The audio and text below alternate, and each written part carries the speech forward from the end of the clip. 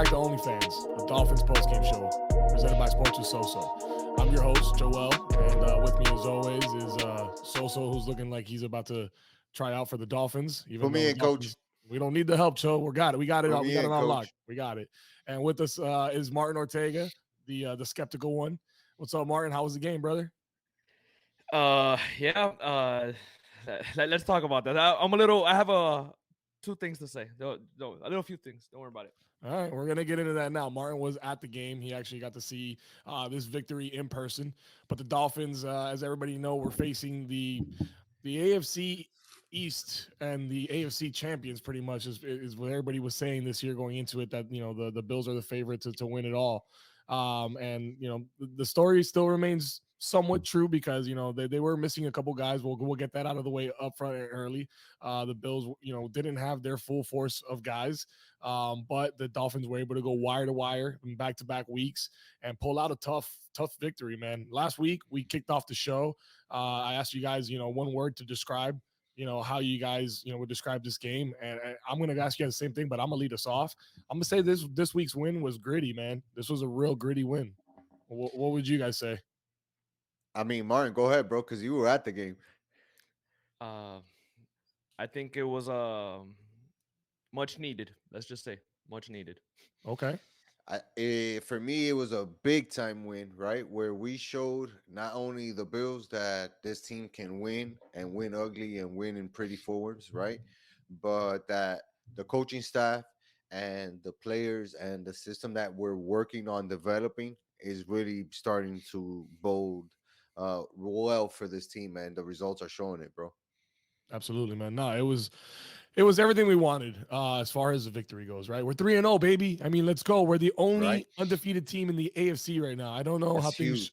shook up in the NFC. We could possibly be the only undefeated team so far. I know, Joel, don't get ahead of yourself. You're being delusional again. It's only week 3, so relax, dude. But come on, man. A 3-0 3-0 start, especially on the road last week against the Ravens, who had a crazy game today. And then, back at home this week against, even though it was a depleted Buffalo Bills, you still have Josh Allen out there who threw for over, or 400 yards and was still able to do whatever he wanted with us as far as, his offense goes. But the underlying factor here was the Dolphins D, guys. I mean, this defense today, Martin, I know you were ecstatic about that defense today, my boy. 100%. And like I always say, every week the stats don't always give you the real story. 400 yards, 63 pass attempts. You give me the average. You let me know what you think.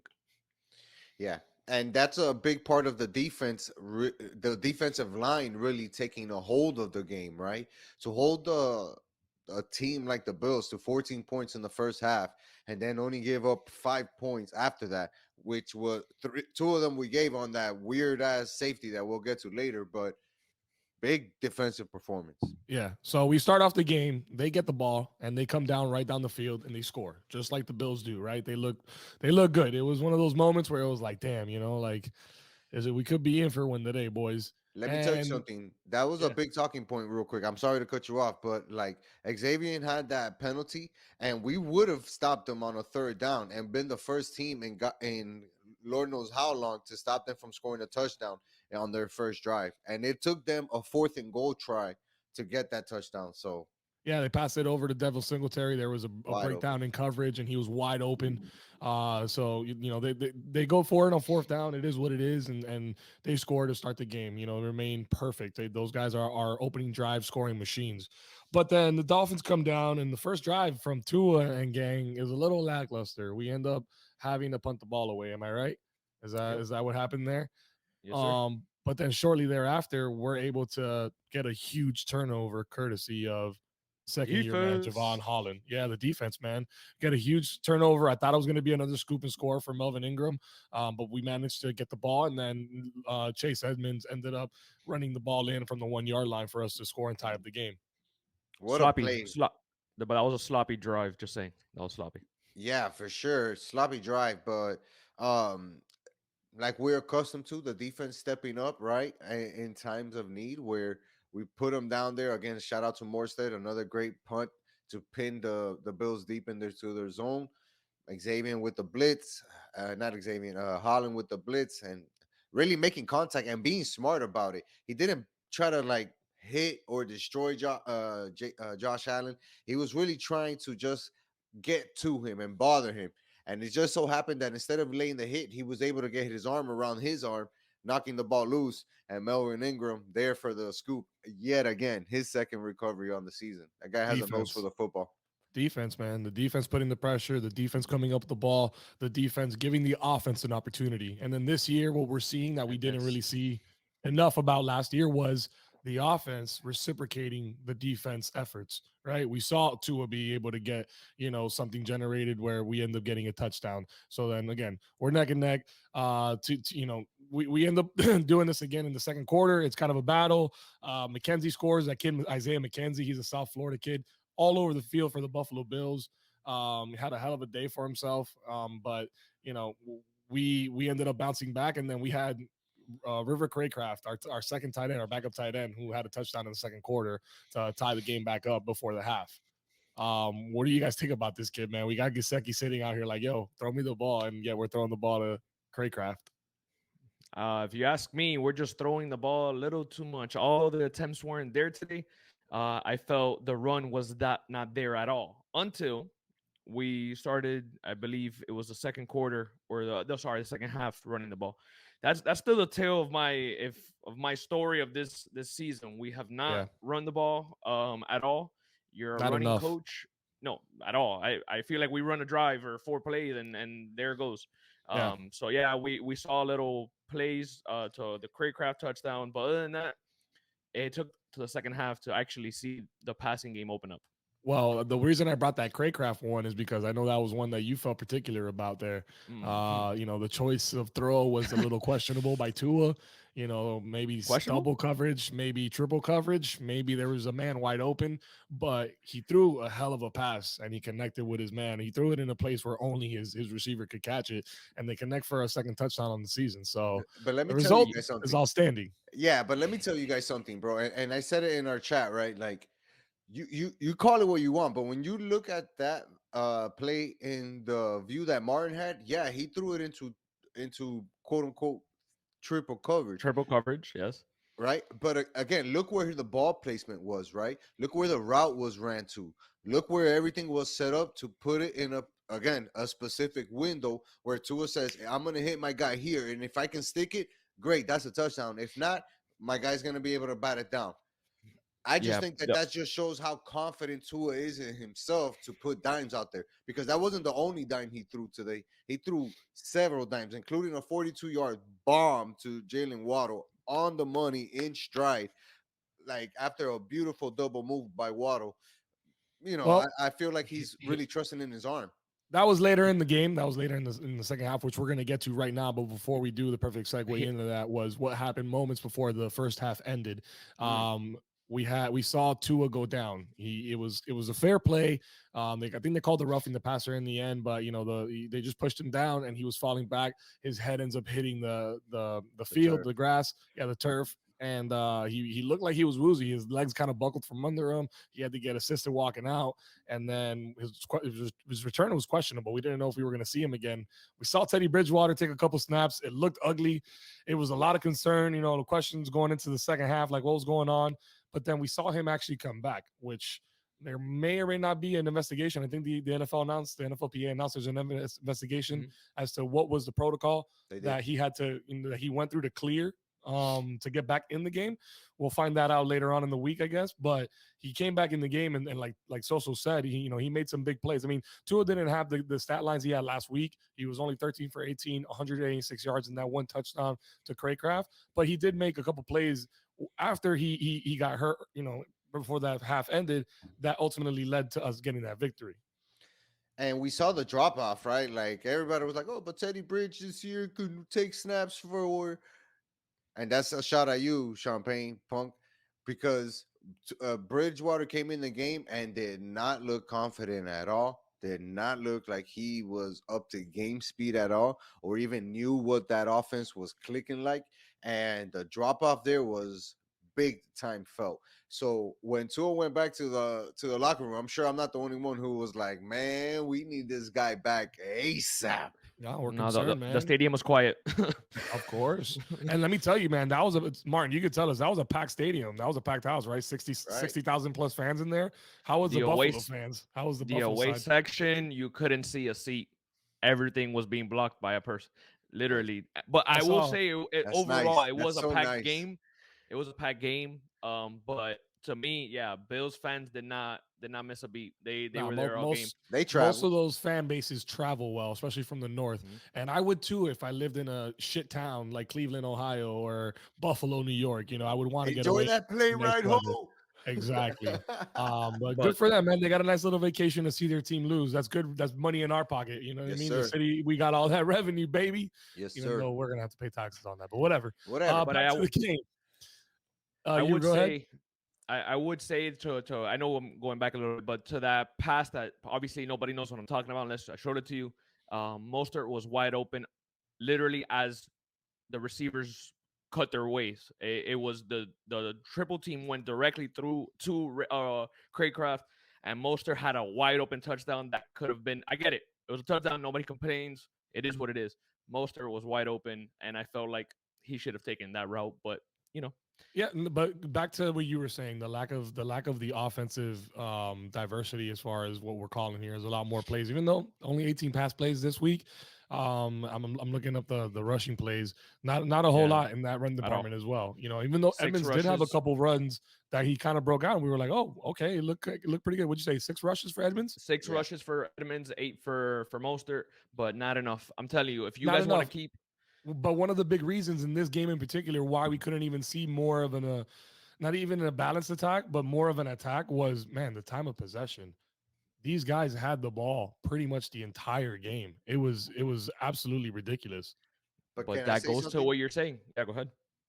That's just a credit to the defense, right? Because the defense was out there, and they weren't the ones getting cramped up. They weren't the ones going down in the heat. They weren't the ones, letting that field condition affect them.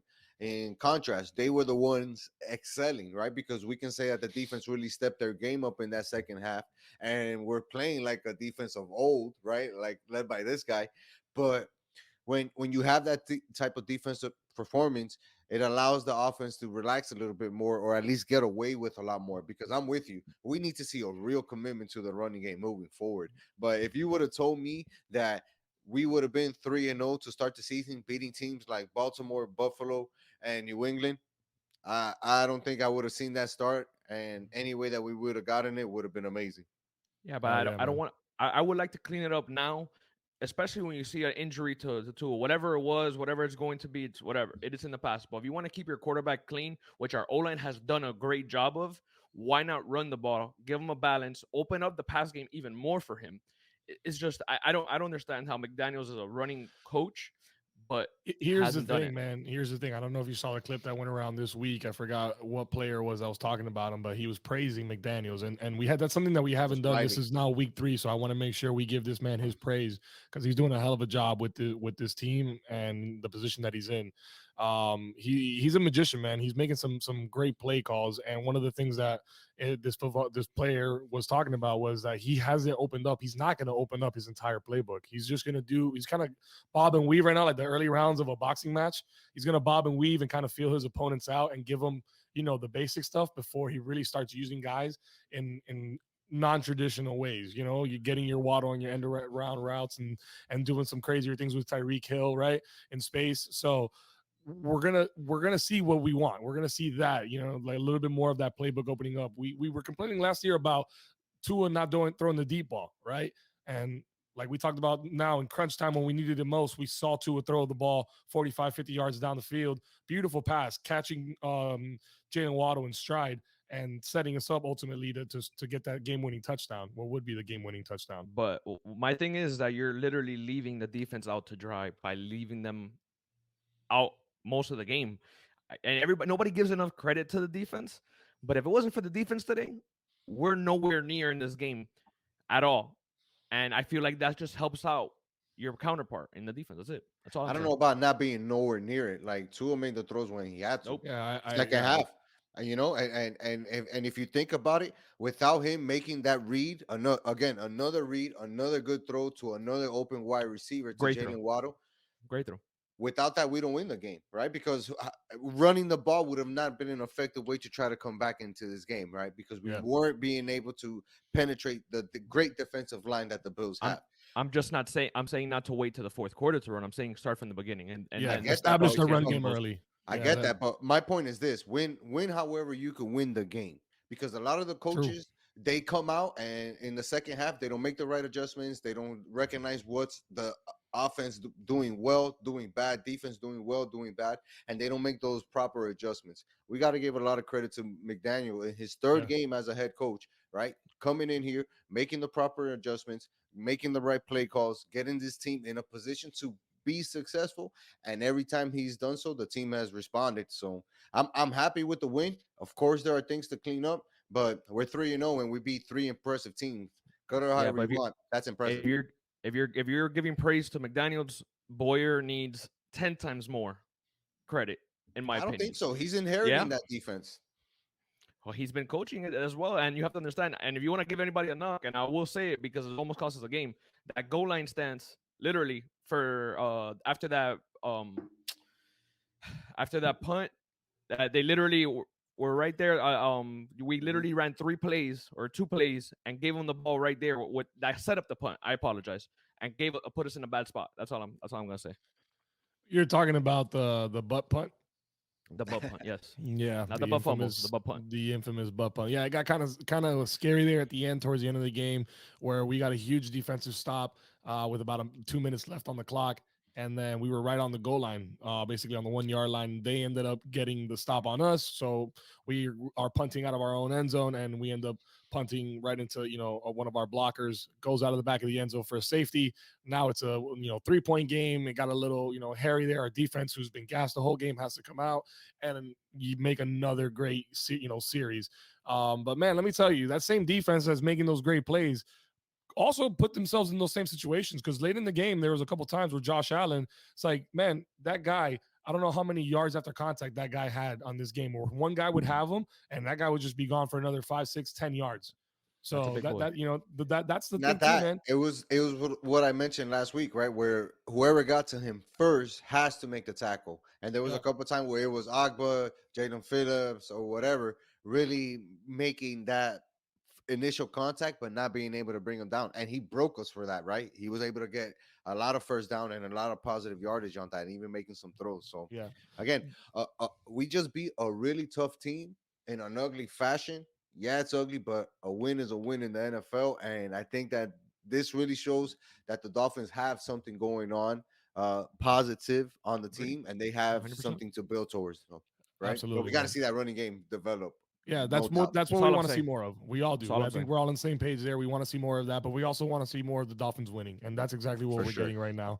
The Dolphins have a short week this week. They are on the road against the Cincinnati Bengals this Thursday on Thursday Night Yep. Football. So make sure you guys catch that for the preview on that. Make sure to tune in to Sports with Soso, dropping Tuesday morning for you guys, where we'll give you guys a whole preview on the game. With the special Uh, guest from Cincinnati too, right? Yep. We'll also have a special guest this week, so make sure you guys tune into that. I think that's it for the majority of the game, or the majority of the show. So take us to our 3-and-out, my man. Let's I get said, ready. so take us to our 3-and-out, my man. My bad, dog. I had to get my wardrobe changed. You know what I'm saying? Shout out to Jeez, Empire bro, for you prima getting me donna. right. And the reason why I switched the shirt is because this is 3-and-out, and it's about the city of Goons, baby. This 3-and-out is presented by Empire Boutique. Like I said, they hooked it up with the drip. This is the portion of the show where we give you our oh shit moment of the game, our unsung hero of the game, and our MVP, our most valuable Finn. So Martin, we'll start it off with you. What was your oh shit moment of the game, being that you were there live? Honestly, to start out to end their first drive with a forced fumble and a recovery, that it couldn't get really any better than that. That's my oh shit. Yeah. Nice. What about you, Joel? That was what I was gonna say. That was a hell of a moment right there. I mean, that kind of set the tone for us. It's told us, hey, we can definitely contain this guy. We can compete with these guys. But I'm gonna go a little different route. I'm gonna say the oh shit moment for me was that late connection from Tua to Waddle. That set us up for the score that ultimately won us the game.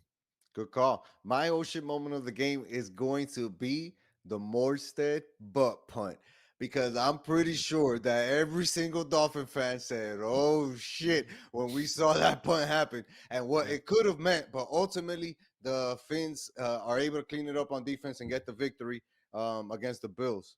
And I predicted the score almost 21 to 17. Holla at your boy. We're Yeah, almost very there. nice, very nice. Let's get to the unsung hero of the game. I went with Martin first, so we'll flip it. Joel, you go first with your unsung hero. Man, my unsung hero for this game is going to be on the defensive side of the ball, man. Because I know that I talk a lot about the offense, but this defense is very special. And I know I usually talk about the same characters, same suspects, but I think this individual is a big contributor to our defense.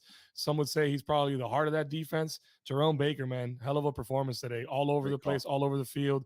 Some big plays, some key stops for him. I think he had 13 tackles for us on the day. I mean, Beast. absolute beast, man. Huge shout out to Jerome Baker. What about you, Martin? Easy, Melvin Ingram. He was the only D lineman that I saw put pressure. Although the overall defense put a lot of pressure on Josh Allen, even though he got away, we missed some sacks. Melvin Ingram, back-to-back weeks, making plays, maybe even back-to-back-to-back. So I'm gonna tell you right now though, man, I got a couple bones to pick with Melvin Ingram. There's a couple things that he did late in the game that I was like, bro, He's what got are to we clean doing? it up. He's got What to are we clean it doing? up. Just kind of giving up on certain plays and stuff like that. We'll talk more about that later. My unsung hero of the game is gonna be Agba. Agba had a hell of a game rushing on that edge. Actually, got pressure on Josh Allen every single down. It felt like he made a bunch of plays where he was able to get to Josh Allen, force him to step up in the pocket, force him into another defender, and he really took advantage of that defensive matchup. So shout out to Agba tonight. And look at that, all three of our guys were defensive players. Oh yeah. easy. All right. Now, time for the most valuable fin. I'm going to kick it off. My most valuable fin for tonight is going to be, of course, Jalen Waddle, man. 4 catches, 102 yards, no touchdown, but he had that big 45-yard catch to set up a touchdown for Chase Edmonds. This kid is a star. And what we're seeing emerge from this kid week in, week out, regardless of who's playing and regardless of the situation, he continues to make plays. Dolphins hit a freaking grand slam with this guy. Martin, who's your MVP? So it's not a individual award. It's going to the entire defense because Look at this they guy. not only. Hey, I don't care. I'm a defensive guy. This team is nasty on defense. They don't get enough credit. You guys need to get your head out of your asses. Not you guys personally. In general, Dolphins fan base. That defense is nasty, and they not only held to 17 points. They set up one of our touchdowns. Yep. They got it for me. What about you, Joel? Wrap us up, baby. Oh man, my player of this game in particular, MVP. man. My most valuable fin for this game right here, man, is a second year man, Javon Holland. I mean that play that blew up, Josh Allen early on in the game. I think that was a huge momentum shift for us early on, especially after we couldn't get anything going and generated on our first drive. He had 9 tackles, 1.5 sacks. Again, he had that forced fumble. Hell of a game for Javon Holland. We give a lot of credit to Xavier Howard, but Javon Holland is really all over the field, man. Every single play. I mean, that guy at safety is literally that. He is our safety net. So shout out He to almost Javon had Holland. interception.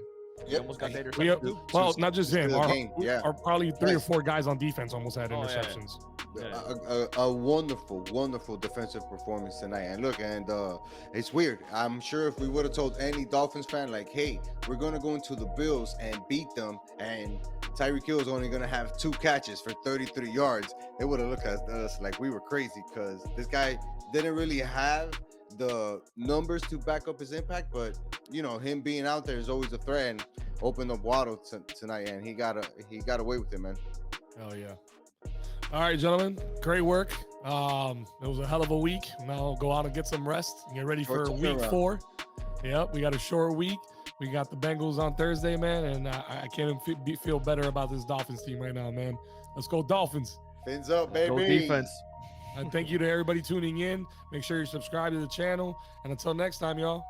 Peace. Peace. Peace.